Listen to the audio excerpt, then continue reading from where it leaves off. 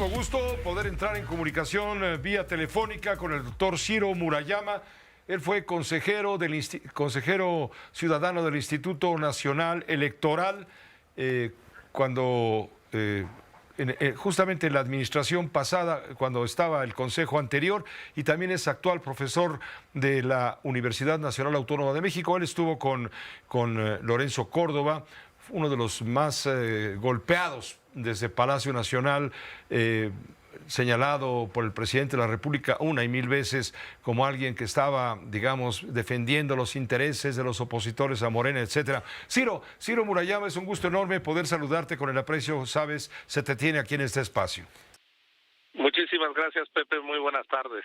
Gracias, Ciro Murayama. Bueno, en tu opinión, el INE pasó la prueba del ácido. ¿Está en riesgo el liderazgo del Instituto Nacional Electoral luego de lo que ha sucedido con esta macroelección del domingo pasado? Mira, yo creo que esta elección confirma la pertinencia de tener un organismo profesional, autónomo, con una estructura que es un cuerpo civil de carrera muy experimentada en todo el territorio nacional de forma permanente, porque eso es lo que sacó adelante la elección, que en un país tan violento, con tantas zonas tomadas por la criminalidad, se hayan instalado prácticamente la totalidad de las 170,000 casillas, que el INE haya podido visitar y capacitar a 1 millón de ciudadanos que estuvieron al frente de las casillas, pues no es casualidad ni es un milagro, es el fruto del trabajo del Servicio Profesional Electoral y de la rama administrativa en las 32 juntas locales y en las 300 juntas distritales del INE, y eso es lo que querían destruir con el plan A y con el plan B, es lo que se defendió, es lo que sigue en pie. En cambio, pues otra valoración hay que hacer sobre el trabajo estrictamente de arbitraje desde oficinas centrales, la manera en que se reaccionó ante las constantes violaciones del presidente a la ley, es decir, ahí ya son decisiones de unos cuantos funcionarios, pero creo que lo que hay que resaltar, rescatar y proteger es esa estructura profesional que permitió que el voto se ejerciera en secreto y en libertad y que se contara bien. Ahora, se ha insistido, Ciro Murayama, que esta no fue una elección pareja. Mucha gente en redes sociales expresa que incluso hay sospecha de fraude electoral. Entiendo que una cosa es el trabajo, como tú bien lo señalas, del servicio profesional de carrera de quienes integran justamente los técnicos del Instituto Nacional Electoral, y otra cosa distinta es el tema político. ¿Tú crees que hay bases para afirmar que hubo fraude en esta elección? No, justamente yo creo que hay que distinguir el trigo de la paja. El trigo está en el trabajo técnico, la paja es la intromisión del presidente en las campañas, las condiciones inequitativas que obviamente se vivieron, el haber empezado 2 años antes del plazo legal el proselitismo de las mal llamadas corcholatas, etcétera, etcétera. Pero yo creo que no hay sustento para hablar de un fraude entendido como esa operación para cambiar el sentido de los votos depositados en las urnas. Fueron votos que se depositaron después de una contienda muy dispareja, muy abusiva, pero las papeletas expresaron lo que la gente depositó en la urna. Y eso es lo que hay que distinguir entre una elección dispareja o una elección fraudulenta. Pero le faltó, yo digo que fue una ¿tú crees, Ciro, elección que le faltó al Consejo General del Instituto Electoral, le faltó firmeza para meter al orden, de acuerdo con la ley electoral, al presidente de la República y a quienes violentaron políticamente el proceso? Pues sí, Pepe, porque mira, se emitieron 50 medidas cautelares al presidente de la República. Eso quiere decir que para el INE 50 veces violó la ley el presidente y se decía que borre un segmento de la mañanera, que borre el otro. Desde mi punto de vista, hay también unas medidas cautelares precautorias que emite el INE, que es para prevenir que ya no se siga violando, no solo para lo que ya pasó, decir retírese, sino dado que se trata de una conducta previsible, contumaz, reiterada, se pudo haber evitado. Yo, de haber estado ahí, habría propuesto que si el principal instrumento de daño a la equidad estaban siendo las conferencias mañaneras, se tenía que aplicar lo que dice la Constitución en el sentido, en su artículo 41, de que desde que inician las campañas y hasta la jornada electoral se suspende la propaganda gubernamental. ¿Qué mayor instrumento, Pepe, tú que te dedicas a la comunicación, de propaganda gubernamental tiene el gobierno, sino la conferencia mañanera?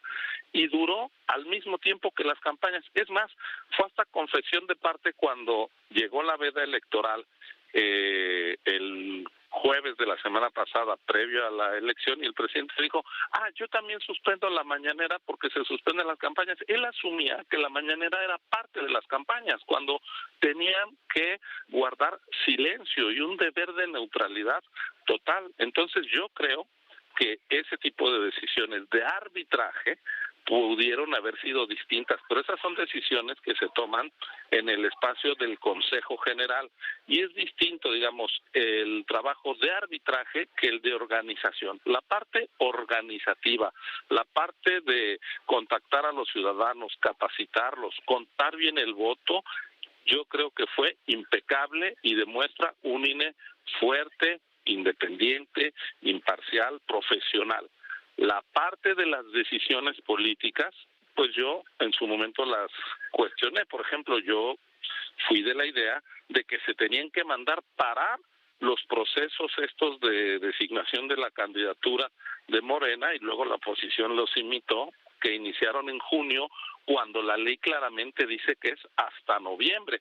Pero ¿qué hicieron las autoridades? Lo convalidaron, incluso el Tribunal Electoral dice, bueno, pues fiscalicen esto que andan haciendo para nombrar al coordinador de la Cuarta Transformación y a la coordinación del Frente Amplio. Todos sabíamos que iban a ser las candidaturas, lo fueron, y digamos que las autoridades electorales se permitieron esa simulación. Bueno, pues son ejemplos de cosas que no deben pasar. Yo sí veo un arbitraje pues más débil, no discreto, porque se dice siempre que un árbitro discreto es un buen árbitro, pero una cosa es un árbitro discreto y otra cosa es un árbitro desdibujado. Creo que sí ocurrió, pero eso no me lleva a sumarme a las denuncias irresponsables de que lo que tuvimos fue un fraude. No, hay que saber asumir las derrotas. Por cierto, en estas horas ha habido incidentes muy lamentables en Guadalajara, amenazas de muerte contra la presidenta del Instituto Electoral de Jalisco, Paula Ramírez Jone,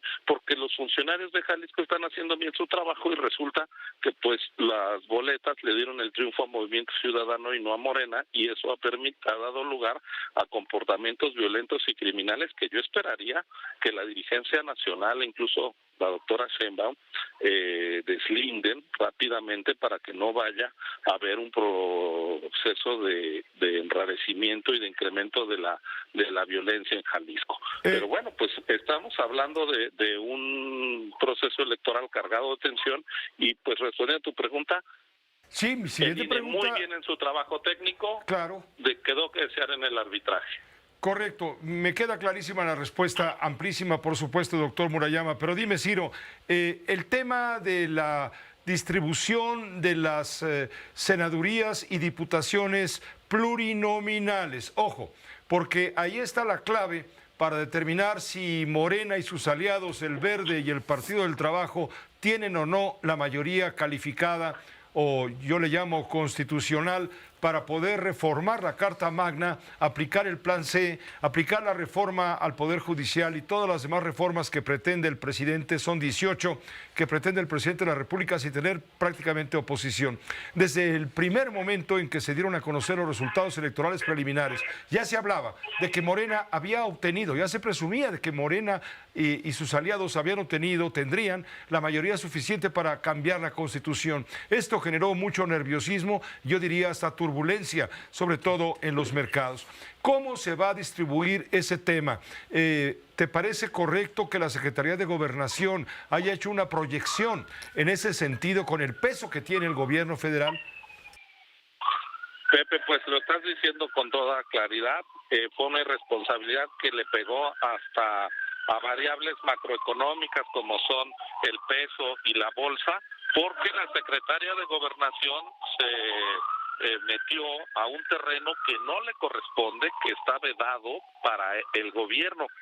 Hace desde los años 80 que quien encabeza las elecciones era Gobernación en 88, sí, pero hemos avanzado hacia un sistema donde el gobierno no tiene nada que hacer en materia electoral, no tiene ninguna atribución, y la secretaria de Gobernación desde Palacio Nacional se arrogó, se dio la atribución ilegal, inconstitucional de ser quien dice cómo se van a repartir los plurinominales cuando eso le toca al INE.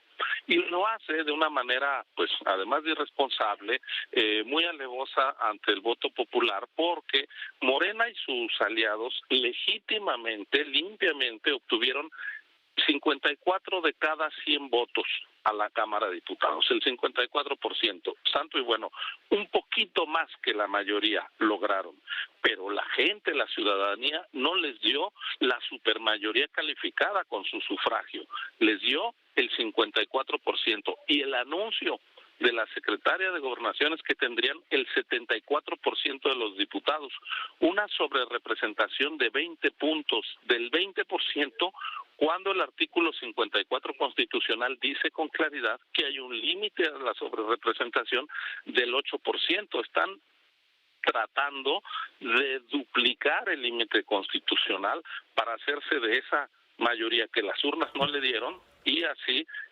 acabar de dañar la Constitución. Hay quien dice, cercanos al gobierno, no, pero es que esa cláusula de la Constitución aplica a los partidos, no a las coaliciones. No, Pepe. En 1996, cuando se hizo la reforma que le dio autonomía al entonces IFE, hoy INE, que le puso límite a la sobrerepresentación, en el Código Federal de Instituciones y Procedimientos Electorales, el COFIPE, se decía, las coaliciones van a ser tratadas como un partido político para repartirles los plurinominales. Partido y coalición eran lo mismo para ese fin, recibían el mismo trato. Luego, una reforma posterior en otro tema, que valió mucho la pena, por cierto, una reforma menor, secundaria, que fue separar en la boleta los emblemas de los partidos coaligados para romper aquello de la vida eterna, que se trasladaban los votos unos a otros para nunca perder el registro. Pues para evitar esa trampa, se separaron en la boleta y ya cada uno tiene su emblema y su lista de pluris.